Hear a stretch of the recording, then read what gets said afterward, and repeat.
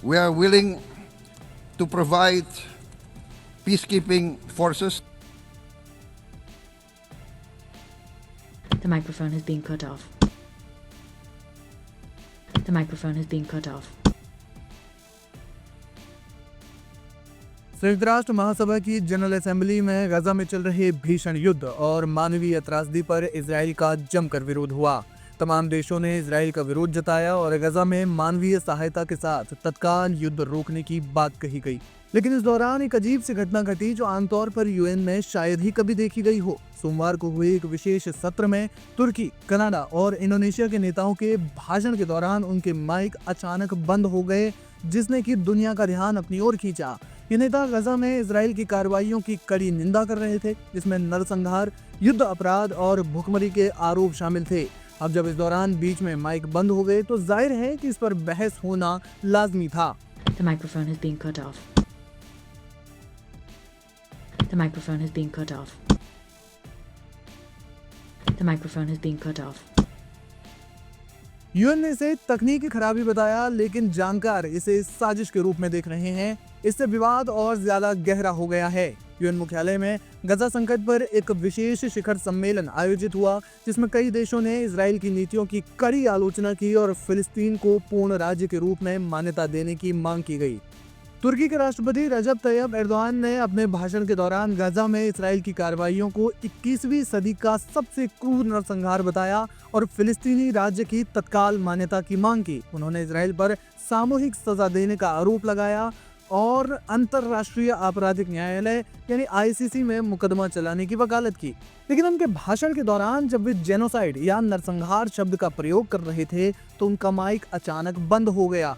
अनुवादक ने सभा को सूचित किया कि राष्ट्रपति की आवाज सुनाई नहीं दे रही है। कुछ सेकंड बाद माइक फिर से शुरू हो गया, लेकिन इससे सबके दिमाग में एक सवालिया निशान खड़ा हो गया।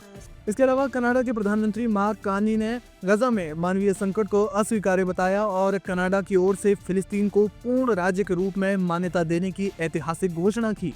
ये कदम इजराइल के लिए एक बड़ा झटका माना जा रहा है, क्योंकि कनाडा ने पहले तटस्थ रुख अपनाया था। उनके भाषण के बीच में जब वे गजा में शांति बहाली और मानवीय सहायता पर बात कर रहे थे, उस पर भाषण दे रहे थे, तो उनका माइक बंद हो गया। टेक्नीशियंस ने जल्द ही इसे ठीक कर दिया, लेकिन ये घटना इजराइल विरोधी बयानबाजी के दौरान हुई। ऐसी ही घटना इंडोनेशिया के राष्ट्रपति प्रबोवो सुबियांतो के भाषण के दौरान भी हुई। इस मामले में इजराइल पर जानबूझकर आवाज दबाने की कोशिश के आरोप लगे। कुछ यूजर्स ने तो ये भी कहा कि क्या इजराइल यूएन को कंट्रोल कर रहा है। आपको बता दें कि यूएन में गजा पर एक विशेष प्रस्ताव लाने की तैयारी चल रही है, जिसमें इजराइल पर प्रतिबंध, फिलिस्तीन की पूर्ण सदस्यता और शांति सेना भेजने जैसे मुद्दे शामिल हो सकते हैं। सऊदी अरब और मिस्र ने युद्ध विराम के लिए मध्यस्थता की पेशकश की, लेकिन इजराइल ने इसे खारिज कर दिया। गजा युद्ध का ताज़ा अपडेट ये है कि अब तक 65,000 से ज्यादा लोगों की मौत हो चुकी है और मानवीय संकट अपने चरम पर है।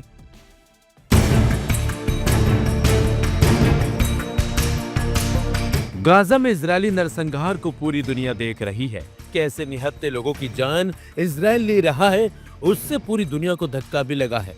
लेकिन इजराइल को इससे कोई फर्क पड़ता नहीं दिख रहा और उसका गाजा पर हमला लगातार जारी भी है।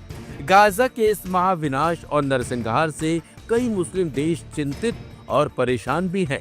यही वजह है कि कई मुस्लिम देशों ने अमेरिकी राष्ट्रपति डोनाल्ड ट्रंप से न्यूयॉर्क में संयुक्त राष्ट्र महासभा की वार्षिक बैठक से इतर मिलने का बड़ा प्लान बनाया है।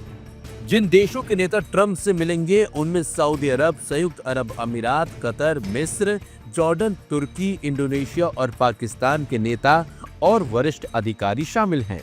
माना जा रहा है कि मंगलवार को होने वाली इस बैठक में ट्रंप अरब दुनिया के मुस्लिम नेताओं को गाजा युद्ध समाप्त करने की अमेरिकी योजना और सिद्धांतों से अवगत कराएंगे।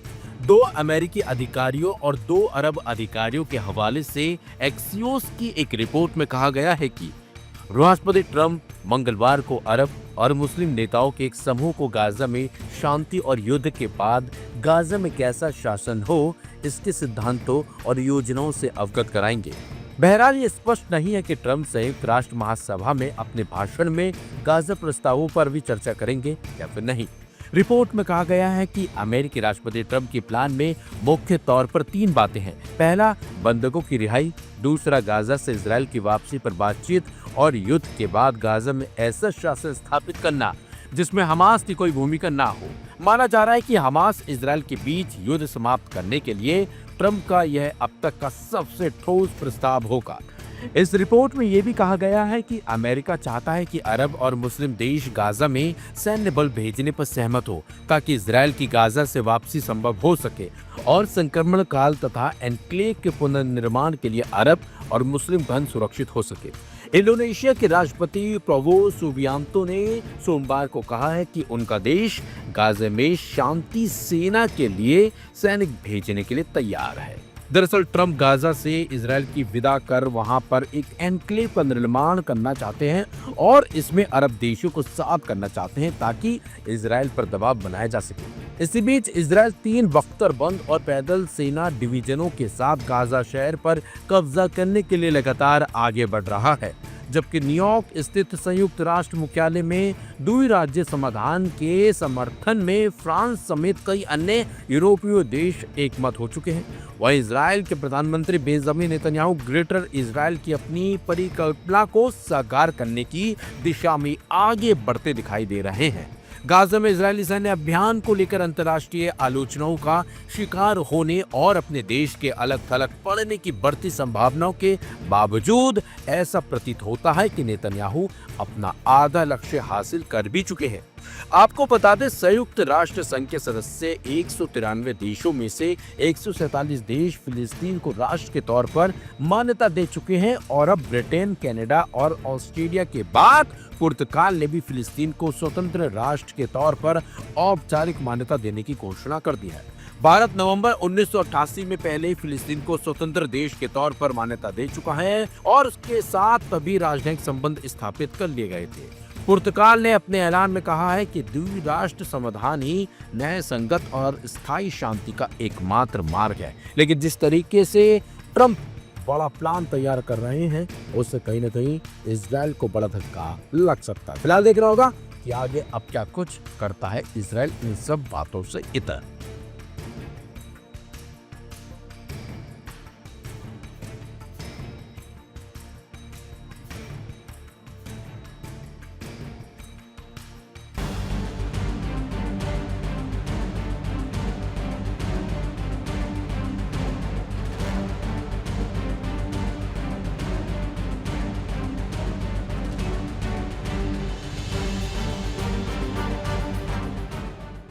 सऊदी अरब ने ऐसा चक्रव्यूह रचा जिसमें इजराइल पूरी तरह फंस गया है। सऊदी के बिछाए जाल से मिडिल ईस्ट में दबदबा कायम रखने का सपना इजराइल का टूटता नजर आ रहा है।